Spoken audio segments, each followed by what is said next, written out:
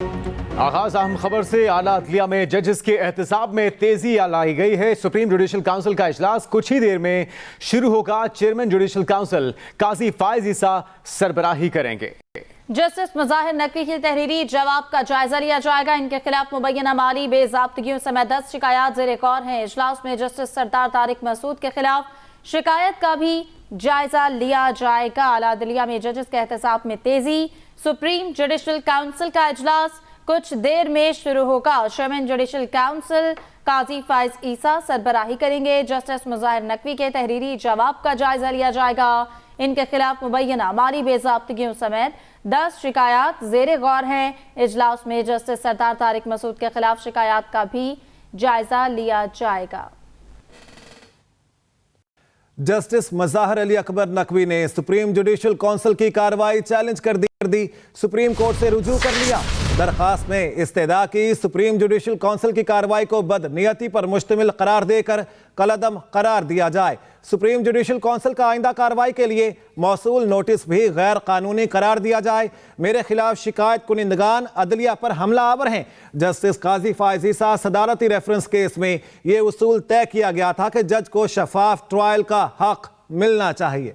Justice मुजाहिर Naqvi ने supreme judicial council की कार्रवाई खत्म करने की इस्तदा करते हुए अदालत उज़्मा से दरख्वास्त की है कि सुप्रीम जुडिशल काउंसिल का आइंदा कार्रवाई के लिए मौसूल नोटिस भी गैर कानूनी करार दिया जाए। जस्टिस मुजाहिर नकवी ने एडवोकेट मखदूम अली खान के जरिए सुप्रीम कोर्ट में आइनी दरख्वास्त दायर की, जिसमें मौक़िफ़ इख्तियार किया गया है कि 21वीं आइनी तरमीम केस में सुप्रीम कोर्ट अदलिया की आज़ादी को बुनियादी आइनी ढांचे का जुज़्व करार दे चुका है। दरख्वास्त में कहा गया है कि 16 फरवरी से तस्हीक आमेज मुहिम का सामना कर रहा हूँ। मेरे खिलाफ मीडिया ट्रायल हो रहा है। मेरे खिलाफ शिकायत कुनंदगान अदलिया पर हमला आवर हैं।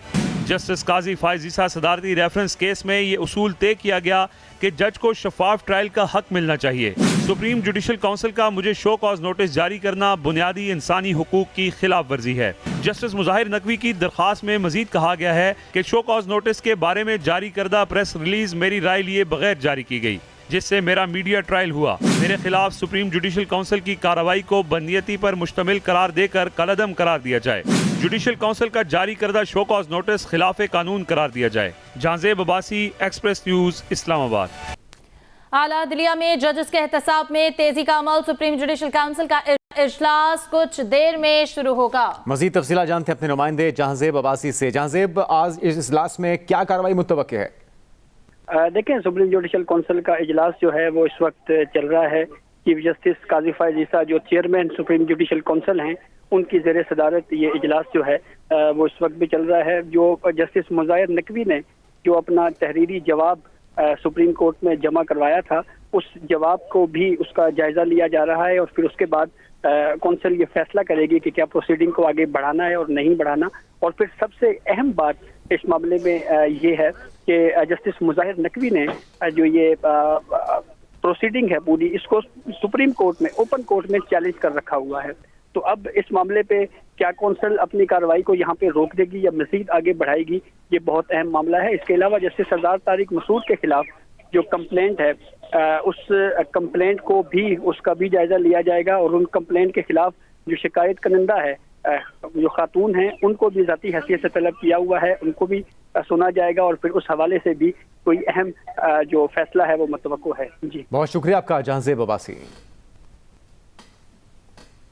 और वजारत दिफा ने फौजी अदालतों में सिविलियंस का ट्रायल रोकने का फैसला चैलेंज कर दिया। आर्मी तनसीबात पर हमलों के मुल्जिमान का ट्रायल फौजी अदालतों में ना करने का फैसला कलअदम करार देने की इस्तदा की गई है।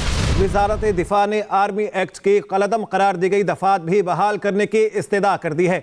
सुप्रीम कोर्ट के 5 रुकनी बेंच ने जिन दरखास्तों पर फैसला दिया वो नाकाबिले समात थीं। ये अपील की गई है। अपील में कहा गया है कि आर्मी एक्ट की दफात कलअदम होने से मुल्क को नाकाबिले तलाफी नुकसान होगा। साइफर केस में चेयरमैन पीटीआई का ट्रायल रोकने के हुक्म में कल तक तौसी कर दी गई है। इस्लामाबाद हाईकोर्ट ने खुसूसी अदालत के जज की तैनाती का नोटिफिकेशन तलब कर लिया। अदालत ने सिक्योरिटी खदशात से मुतालिक रिपोर्ट्स तलब कर ली हैं। चेयरमैन पीटीआई की जज तैनाती और जेल ट्रायल के खिलाफ अपील पर समाअत कल 11 बजे तक मुलतवी कर दी गई है। साइफर केस में चेयरमैन पीटीआई का ट्रायल रोकने के हुक्म में कल तक तौसी।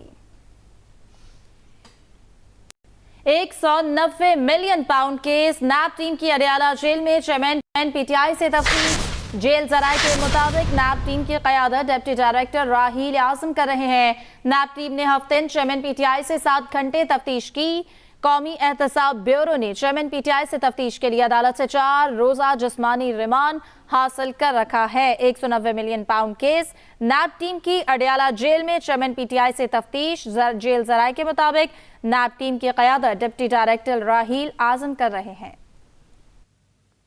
अहम खबर देते हैं आपको। शाह महमूद कुरैशी ने साइफर केस में जमानत के लिए सुप्रीम कोर्ट से रुजू कर लिया। हाई कोर्ट का 8 नवंबर का फैसला कलअदम करार देने की इस्तदा की गई है। दरखास्त में मौक़िफ़ अपनाया गया। साइफर केस सियासी बुनियादों पर बनाया गया।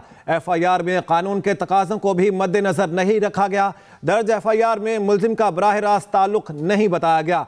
शाह महमूद कुरैशी ने साइफर केस में जमानत के लिए सुप्रीम कोर्ट से रुजू कर लिया। हाई कोर्ट का 8 नवंबर का फैसला कलअदम करार देने की इस्तदा की गई है। पीपल्स पार्टी की इलेक्शन मुहिम जारी है। बिलावल भुट्टो जरदारी आज नौशहरा में वर्कर्स कन्वेंशन से खिताब करेंगे।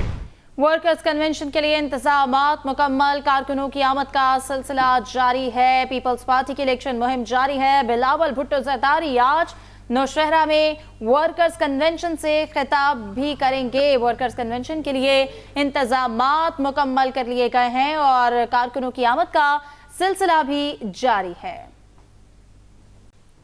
कराची दुनिया के आलूदा तरीन शहरों की फहरिस्त में पहले नंबर पर आ गया। एयर क्वालिटी इंडेक्स के मुताबिक कराची की फजाओं में पार्टिकुलेट मैटर्स की तादाद 221 रिकॉर्ड की गई है। दिल्ली 215 पार्टिकुलेट मैटर्स के साथ दूसरे नंबर पर है। लाहौर 188 पार्टिकुलेट मीटर्स के साथ तीसरे नंबर पर आ गया।